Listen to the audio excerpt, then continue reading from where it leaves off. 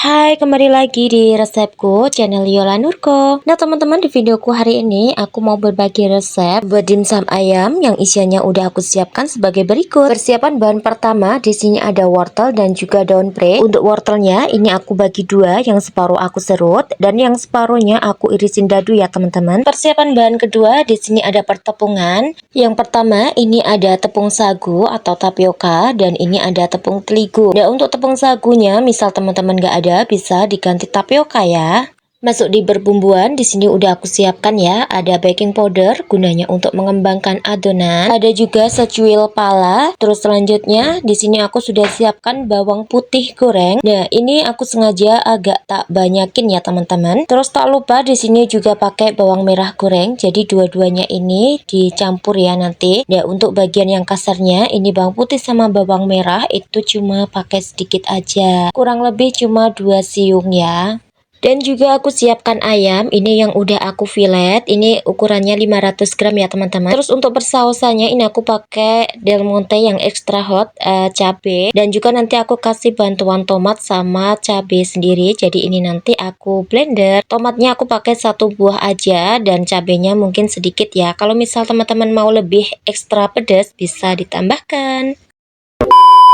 Oke, kalau sudah siap semuanya, baru langsung aja kita masak. Nah, yang pertama di sini aku tadi udah marinasi bagian ayamnya, tapi tidak aku kasih bumbu ya. Cuma dimasukkan ke dalam freezer supaya lebih dingin, dan ketika nanti waktu mau dicopper itu tidak membutuhkan terlalu banyak es batu. Jadi ini aku diamkan dulu ke dalam freezer sebelum dieksekusi ya teman-teman. Nah, kurang lebih tadi 2 jaman ini udah membentuk es ya. Nah, setelah itu baru dicopper, dan ini untuk chopperan pertama tidak aku kasih bumbu dulu, jadi cuma untuk menghaluskan daging ayam aja ya teman-teman.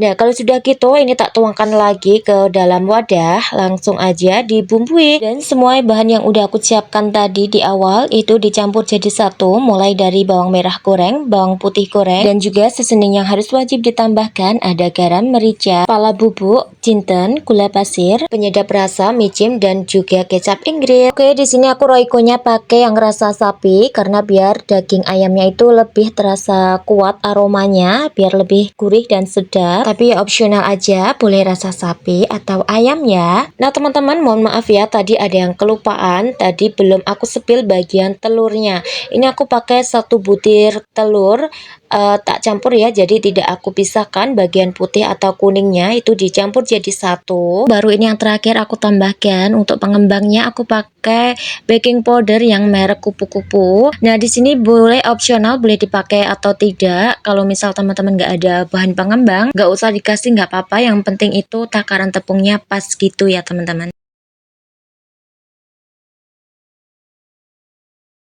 Nah, di garis bawahi untuk bagian pertepungan ini, teman-teman bisa gunakan tepung sagu kalau ada ya. Kalau tidak ada bisa diganti dengan tapioka. Tapi kalau saranku usahakan cari dulu tepung sagunya ya teman-teman. Kalau tidak ada baru diganti yang lain nggak apa-apa. Nah, di sini aku mau menjelaskan, tadi aku siapkan 2 tepung ya, yang satu tepung terigu protein sedang dan yang satu tepung sagu. Jadi untuk tepung terigunya itu opsional, boleh dikasih atau tidak. Tapi kalau teman-teman mau meniru cara resepku masak membuat adonan dimsum ini, kita dikasih sedikit aja, kurang lebih 3 sendok. Ya, fungsinya itu biar adonan nanti kalau sudah matang tidak terlalu kenyal. Jadi kalau sudah matang itu tidak terlalu kenyal seperti bakso gitu, berbeda teman-teman.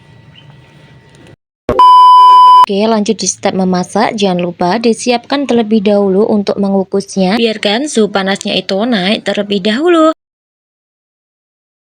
Nah, di sini aku pakai adonan yang pertama yang tidak aku campur sama wortel dan juga daun pre, tapi ini aku pakai serutan wortel untuk dikasih bagian atas ya. Oke, di sini aku pakai kulit dimsum yang tebal ya. Jadi tadi itu di toko frozen ada dua tekstur, yang satu agak tipis dan yang satu yang tebal ini aku pakai.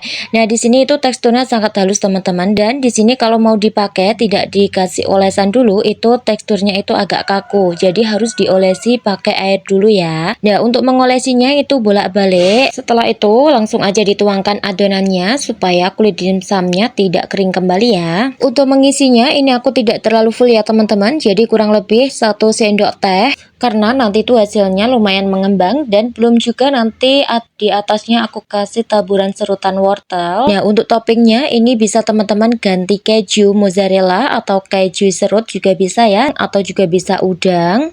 Pokoknya sesuka selera aja.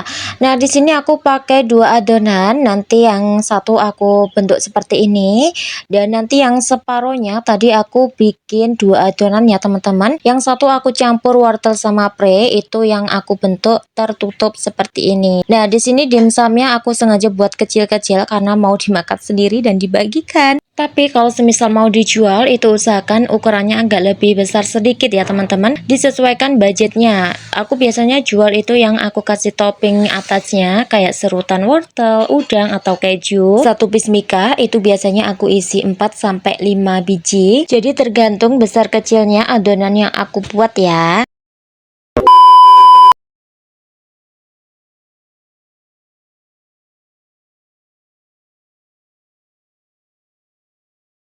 Oke, di step selanjutnya kalau dimsum yang sudah beres, di sini aku mau bikin persausan. Nah, bagian tomat sama cabai ini aku blender, tapi untuk airnya sedikit aja. Setelah itu aku saring dulu supaya tidak tercampur bagian kulit-kulitnya dan biji cabenya. Setelah itu aku campurkan sausnya yang tadi. Aku bumbuin pakai garam sama gula aja. Nah, di sini baru aku tangkringkan ke kompor dan diaduk-aduk. Setelah itu aku tambahkan maizena sedikit aja biar lebih kental ya. Di bagian ini jangan lupa disetel rasanya dulu, jangan terlalu asin dan jangan terlalu manis.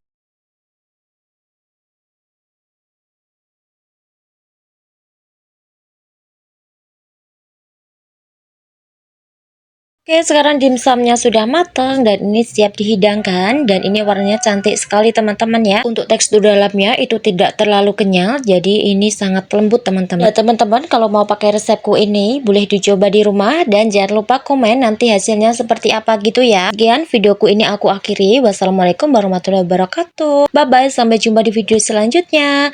Jangan lupa di like, komen, dan subscribe. Yang belum subscribe tombolnya ada di bawah. Nanti bisa di komen ya semisal teman-teman mau coba resepku ini. Selamat mencoba.